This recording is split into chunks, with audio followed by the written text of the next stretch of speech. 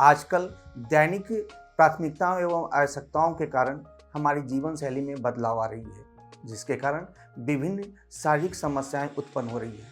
खासकर महिलाओं में बांझपन भी एक मुख्य समस्या है। इस बांझपन की समस्या को आजकल आईवीएफ तकनीक के द्वारा दूर किया जा रहा है। आज हमारे सामने है आस्था लोक हॉस्पिटल पटना की जानी मानी आईवीएफ एक्सपर्ट नीलू प्रसाद जी। आइए हम इनसे जानते हैं आईवीएफ तकनीक के बारे में है, किस तरह आईवीएफ तकनीक बांझपन की समस्याओं को दूर कर रही है। डॉक्टर किन किन दंपतियों को आईवीएफ परामर्श करती हैं? यूँ कहें तो आईवीएफ का परामर्श हर महिलाओं के लिए ज़रूरी नहीं होता है। कुछ महिलाएं एक स्पेशल ग्रुप में आते हैं जिसको नेचुरली प्रेगनेंसी नहीं आ रही है। वैसे कंडीशन में कुछ और भी उनके साथ समस्या है, उसके लिए आईवीएफ का परामर्श दिया जाता है। अगर हम पहले नंबर पर बातें करें तो वैसे दंपति जिनमें शुक्राणु की संख्या काफ़ी कम है, उसकी जो क्वालिटी है वो बहुत अच्छी नहीं है, और उस दंपति को उसका अपना ही बायोलॉजिकल चाइल्ड चाहिए, यानी कि जो बच्चे बने उसमें दोनों का डीएनए आना चाहिए। तो वैसे कंडीशन में आईवीएफ टेक्नोलॉजी के द्वारा हम पति के शुक्राणु को एक ऑपरेशन के द्वारा कलेक्ट करते हैं, जिसे हम पीसा और टीसा के नाम से जानते हैं।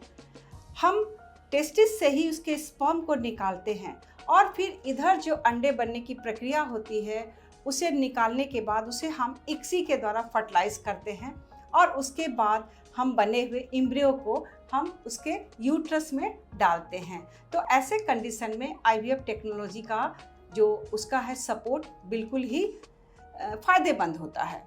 अब अगर हम दूसरे नंबर पर बात करें कि महिलाओं में अगर अंडे ना बनने की समस्या है, उसमें एएमएच की मात्रा बहुत कम है, उसका ओवेरियन रिजर्व जो है वो बिल्कुल ही कम है, तो वैसे कंडीशन में अगर पति अपना बायोलॉजिकल चाइल्ड चाहते हैं तो हमें डोनर oocyte के सहारे आईवीएफ के प्रोसेस से हमें प्रेगनेंसी देना पड़ता है, यानी कि हमें जो अंडे हैं वो और दूसरी महिलाओं से उसे हमें हायर करना पड़ता है, डोनर के थ्रू लेना पड़ता है। तो डोनर के अंडे को हम पति के शुक्राणु के साथ हम उसे फर्टिलाइज कराते हैं, उसके बाद एम्ब्रियो को ट्रांसफ़र करते हैं। इसमें कम से कम एक बात तो होती है कि उस बच्चे में किसी एक दंपति का जो है डीएनए आता है, क्योंकि अगर महिलाओं में अंडे बनने की क्षमता नहीं है तो नेचुरल तरीक़ा से वो कभी भी माँ नहीं बन सकती है। उसके पास एक ही उपाय बच जाता है, वो होता है किसी भी बच्चे को एडॉप्ट करना। लेकिन आईवीएफ के सहारे हम उसे खुद का बच्चा हम दे सकते हैं, क्योंकि बच्चे माँ के ही यूट्रस में पलते हैं, बढ़ते हैं, सींचते हैं। तो ये बहुत ही जो है इम्पॉर्टेंट हो जाता है उस दंपति के लिए कि उनका बच्चा अपना है। तीसरा पॉइंट आता है कि अगर ट्यूब बंद हो गई हो या ट्यूब खराब हो गई हो या ट्यूब में ट्यूबरक्लोसिस या कुछ इन्फेक्शन और पानी भर गया हो, तो ऐसे कंडीशन में भी नेचुरल प्रेगनेंसी नहीं आ सकती है। बिना आईवीएफ के उससे बिल्कुल ही प्रेगनेंसी संभव नहीं है अगर ट्यूब काम नहीं करता। यही कारण है कि अगर ट्यूब अगर गड़बड़ हो, खराब हो, तो उसे आईवीएफ का सहारा लेना पड़ता है, जिसे हम टेस्ट ट्यूब बेबी के नाम से भी जानते हैं। कि अगर अपना ट्यूब काम ना कर रहा हो या किसी कारण से कट गया हो या एक्टोपिक प्रेगनेंसी में ट्यूब नॉन फंक्शनल हो, तो हमें आईवीएफ के थ्रू ही प्रेगनेंसी आ सकती है, क्योंकि आईवीएफ में मेरे ट्यूब का कोई काम नहीं होता है।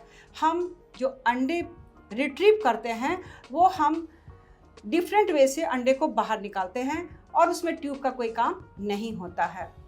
अब अगर हम बात करें चौथे नंबर पर, अगर यूट्रस में कोई प्रॉब्लम है तो वैसे कंडीशन में भी नेचुरली प्रेगनेंसी आने में दिक्कत होती है, जैसे कि सेप्टम का हो जाना या तो फिर फाइब्राइड का हो जाना। तो पहले हम उसे करेक्ट करते हैं। जब अगर बच्चे कभी कभी बार बार मिसकैरेज होता है तो ऐसे कंडीशन में हम यूट्रस को करेक्ट करके फिर हम एम्ब्रियो को डालते हैं। तो यूट्रस का भी सही होना बिल्कुल ही ज़रूरी है, नहीं तो प्रेगनेंसी नहीं आएगी। और 5वें नंबर पर आता है, उसे कोई मेडिकल प्रॉब्लम तो नहीं है, यानी कि जो महिला है उसे ट्यूबरक्लोसिस का हो जाना या थायराइड का लेवल बढ़ जाना या फिर प्रोलैक्टिन का लेवल हाई हो जाना, ये सारे कंडीशन में उसे नेचुरल प्रेगनेंसी कभी संभव नहीं है। हम मेडिकली ट्रीट करते हैं, कभी कभी सक्सेस हो जाते हैं, लेकिन अगर हम आईवीएफ के प्रोसेस में जाते हैं तो इन पांचों ही कंडीशन में हमें एक फ्रूटफुल प्रेगनेंसी मिलती है। और एक भी अगर प्रॉब्लम सॉल्व नहीं है तो कभी भी उससे प्रेगनेंसी नहीं आ सकता है। तो ये पांचों चीज़ का होना ज़रूरी है, जिसके लिए हम वैसे महिलाओं को परामर्श करते हैं कि आप आईवीएफ टेक्नोलॉजी का चयन करो ताकि आप दंपति जो है एक खुशहाल माँ बाप बन सके। तो ये थी हमारे सामने आईवीएफ एक्सपर्ट नीलू प्रसाद जी, जिन्होंने बतलाया कि किस तरह से आईवीएफ तकनीक को अपनाकर दंपति माँ बाप का सुख प्राप्त कर सकते हैं।